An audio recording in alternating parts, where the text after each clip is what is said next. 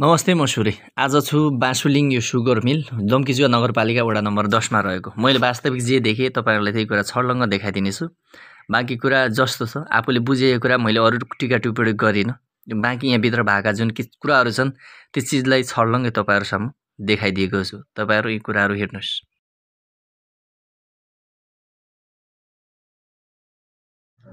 नमस्ते म सूर्य। यो लम्कीचुवा नगरपालिकाको वडा नम्बर 10 मा रहेको यो चिनी मिल विगत लामो समयदेखि यसको अवस्था एकदम जीर्ण छ। म तपाईहरुलाई बाँकी भिडियोमा पनि देखाउने छु भने यो मेसिनहरु यति धेरै छन्, यति जीर्ण भइसक्यो, खियाले लगभग ध्वस्त बनाइसक्यो। सबै रातो कलरको यो देखिरहेको छ। जति पनि छ यो खियाले लगभग खाइसक्यो भनौं। यसलाई यसरी खायो कि यसलाई लगभग यो फिर्ता गर्न लगभग अब कबाडमै जाने किसिमको भइसक्यो। भनेपछि यो कबाडको भाउमा बिक्री हुने टाइपको भइसक्यो। पुरै मेसिन एउटै मेसिनको मूल्य अहिले अब यसो हिसाब गर्ने हो भने त्योभन्दा सबभन्दा तल्लो कदमको मेसिन भनेको करोड रुपैयाँ पर्ने लगभगको होला एउटा मेसिन। यति ठुला मेसिनहरु छन्। सबै यसले खियाले खाएर माथिको अवस्था यस्तो छ। यो केही चाहिँ यो उज्यालो आउनको लागि व्हाइट च्यादर हालेको छ भने बाँकी यो च्यादरहरु पुरा सकिएर खियाले खाएर सकिएर यो अवस्थामा पुगेको छ। यो चिनी मिलको अवस्था यस्तो छ। अंकल हुनुहुन्थ्यो त्यहाँकै स्थानीय। मैले उहाँहरुसँग सोध्ने विचार गरे तर उहाँले पनि खासै त्यसको बारेमा डिटेली जानकारी नभएको कुरा बताउनु भयो। इन्डिया हुनुहुँदो रहेछ। इन्डिया भएपछि यसको बारेमा मलाई खासै यहाँ म नभएको हुनाले त्यसको बारेमा कहिले मेसिनहरु यसरी बिग्रिरहेका छन् कि खियाले खाएर सकिएको छ। अब यसमा यसको कुरा रहन्छ यहाँ रोजगार गर्ने सबैको रोजगार खुसी हो, त्यो त ठिकै छ।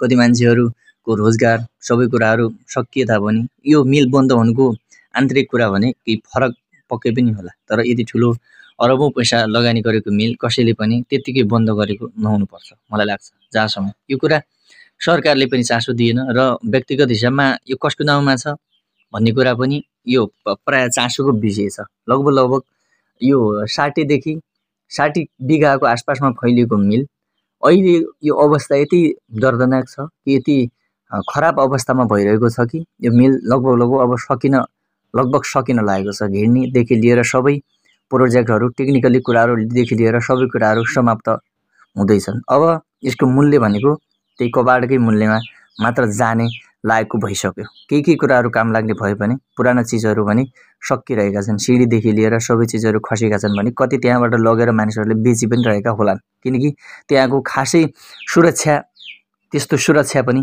मैले देखिन। अब माथिको टिनहरु त्यस्तै बिग्रिरहेको छ भने अरु कुराहरु पनि त्यतिकै असहज परिस्थिति त्यहाँ देखिएको छ।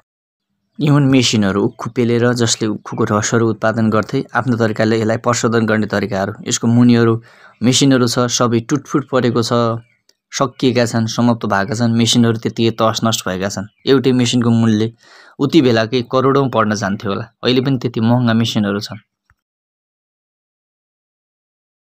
मैले ध्यान दिएन अनि यसको मतलब मैले ध्यान दिए भन्ने कुरा होइन। मैले जस्ताको तस्तै देखाउन मात्रै खोजेको हो। के कुराहरु छ, पुराना चीजहरु कसरी त्यहाँ भतामिङ्ग भएका छन् अनि यति जीर्ण अवस्थामा कसरी पुग्यो सबैको क्वेशन छ। 400-500 जना व्यक्तिहरुको रोजगार खसेको छ। बाहिर काम गर्ने उक्खुदेखि लिएर किसानहरु, गाडीदेखि लिएर कयौंको रोजगारहरु सकिएको छ। यो चासो भनेको एउटा व्यक्तिको नभएर एउटा व्यक्तिगत हिसाबमा भाकै भए पनि यो एउटा चासो भनेको सबैको जिम्मेवारीको कुरा हो। नगरपालिकादेखि लिएर एउटा सामान्य त्यहाँ एउटा कम्पनी रहन्छ भने लगभग हजारौंको रोजगारहरु त्यहाँ उत्पन्न हुन्छ। अब यस्तो अवस्था छ कि चुनाहरु बन्थ्यो, त्यहाँ कयौं चीजहरु बन्थ्यो देखि लिएर कयौं चीजले सबैले लगभग त्यसमा काम पाउने चान्स लगभग थियो। साधारण मान्छेको रोजगार हुन्थ्यो हैन। नेपालमा 15-20 हजार कमाउँछ भने पनि उसको कमसेकम घर परिवारदेखि सबै कुराहरु पाल्न सजिलै हुन्छ। खानापिना गरेर मान्छे जो खेतीबारी गर्छन् उनीहरुको लागि त एकदमै सजिलो परिस्थिति पनि हो। सायद नेपालमा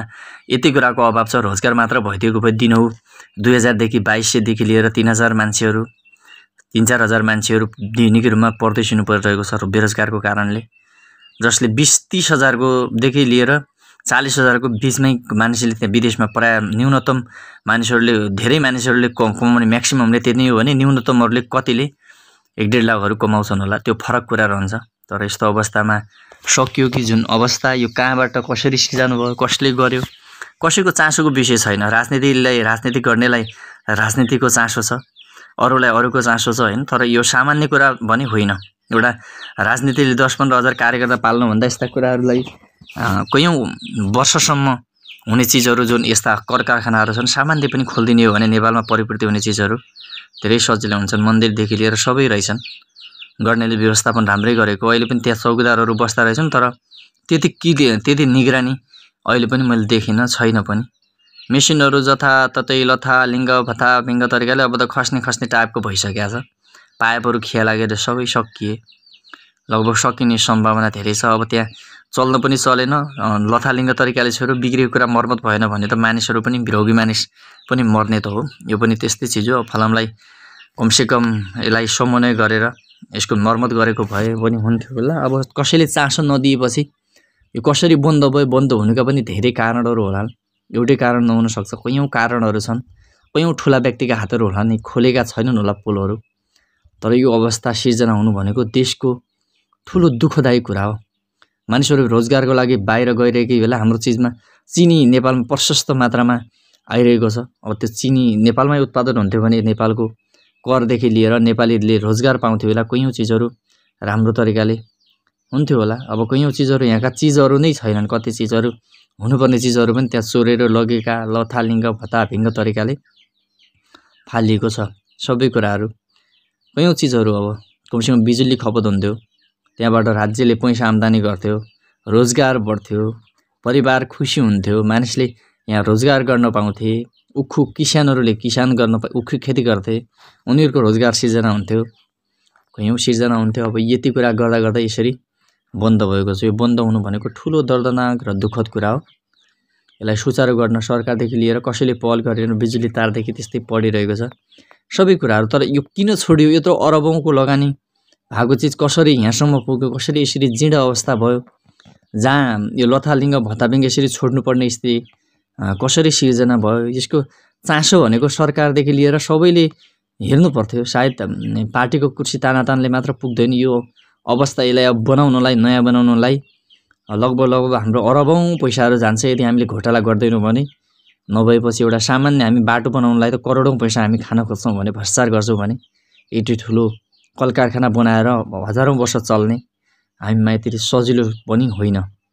तर अब यो ठुलो अर्थतन्त्रको दुरुपयोग पनि भएको। र अर्को कुरा भन्ने हो भने सिर्जना भयो कि जुन अवस्थाले हामीले यो जीर्ण अवस्था भनेको नेपालमा कल कारखाना पनि पहिला थिए भन्ने कुरा हामीले भुलि सक्ने अवस्था आयो। हामीले यहाँ चलेको कुराहरू हेर्न पाउने त अलग्गै कुरा छ।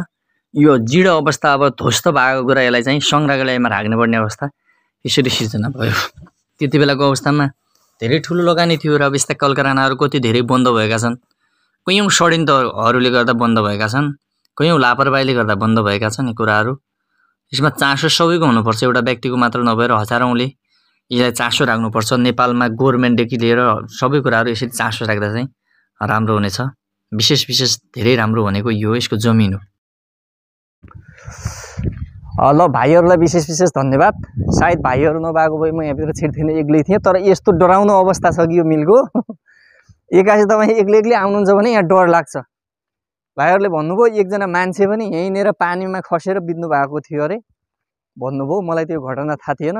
यहाँ नजिक 12 फिट जति गहिरो रहेछ। धेरै ठाउँहरू यो नहरै 12 फिट जति बनाएको छ। यसमा डुब्ने सम्भावना चाहिँ तीव्र छ। अनि अब लगभग कम्पनी त सकिएको अवस्था छ, एकदम जीर्ण अवस्था। धेरै धन्यवाद भाइहरूलाई पनि।